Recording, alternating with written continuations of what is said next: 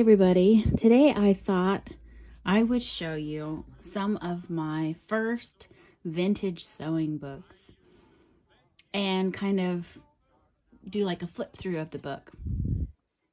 So the first one I want to show you today is Gertie Sews Vintage Casual. This was the first book I purchased and it has been a great resource. So if you open up the book,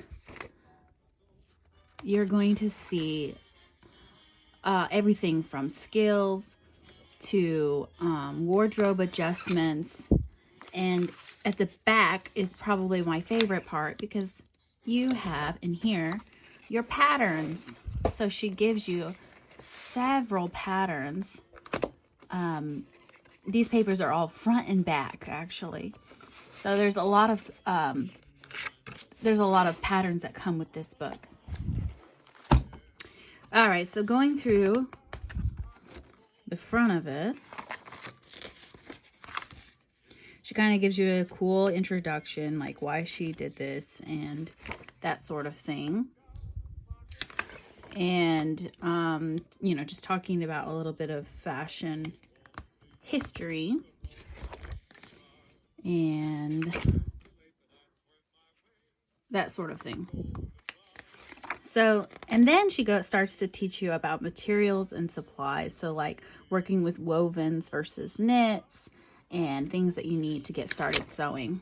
So there's a lot of great information in here about that. And then she goes from kind of like the basics, like how fabrics work, the difference between weight and drape and that sort of thing, or finding the bias in your fabric, as well as like basic supplies. So she gives you a wealth of great information. And then she talks about the skills that you need for wovens. So working like with cotton, which it seems to be one of the easiest fabrics, and gives you a lot of basic information for that, from cutting to preparation, everything like that.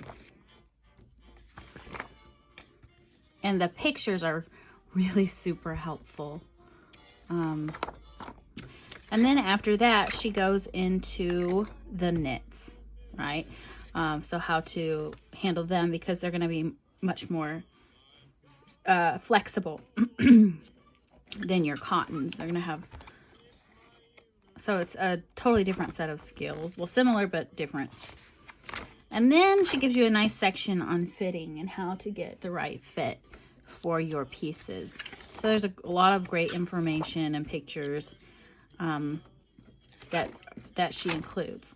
And then she gets into the pattern making section, which is like how to trace out your patterns and cut them and then transfer it to your fabric. And then from that section, she goes into all of the wardrobe pieces that are included. So this is really nice because not only do we have several basic patterns, we also have a lot of variations where you can mix and match your patterns. So really, this book, I only have 2 of her books, but this is definitely the best out of the 2. So like there's the 40 style blouse, which I already made. There's a variation of that same blouse, but sleeveless. Bomber jacket, flared skirt, short chic A-line, quilted skirt, flannel lining, knit sweetheart top. There's a lot of options. And the cigarette pants. The cigarette pants I did try to make, but fitting pants is so difficult. And because every woman is so different, right? Like some women have large hips, some women have narrow hips, some women have a big rear, and some women are very flat back there. Some women have a larger waist. So definitely fitting pants is, I would say, more your expert level. I'm not there yet. I didn't get it right, but I definitely want to try this pattern again after applying more of the fitting guidelines that she applied in here. But my first run was pretty much a failure. They were super baggy, and cigarette pants are supposed to be fitted. So Kind of funny. But then she also gives a nice variation for like a 40s style wide leg pant on the same thing. And like a jumpsuit. The wrap dress, which I did do with modifications because I wasn't a big fan of this collar.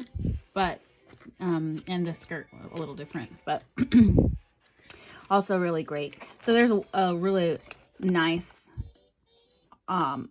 options for several patterns, and I really like the zip front. I've made 2 of this same pattern, although I don't think I videoed either one, but I made 2 and I just love that dress. That dress is probably my favorite one out of this book. It looks good. It's so easy to make. I really recommend it. I would buy this book again just for all the information and the pattern pieces though, which is probably my favorite thing about it. Let me show you these patterns right here. So each one has a 1 and then a 2. So there's there's 2 sides, and you just trace them off onto your tracing paper or parchment paper, and you're going to have all the sizes forever, which is really nice because if you go up a size, you can fix it. If you go down and lose weight, you still have all the sizes you need and the variations for it. So this book really is quite wonderful. Okay, let's move on to the next one. Gertie sews Jiffy Dresses. This is the second one I bought of hers. I like it, but it definitely has less, I feel, less information, I feel like, than the previous one. And less pattern options. But still, I still think it's a great buy, and it's a great place to start. So a Jiffy dress is like a vintage term for basically a dress that you can make rather quickly and simplistically.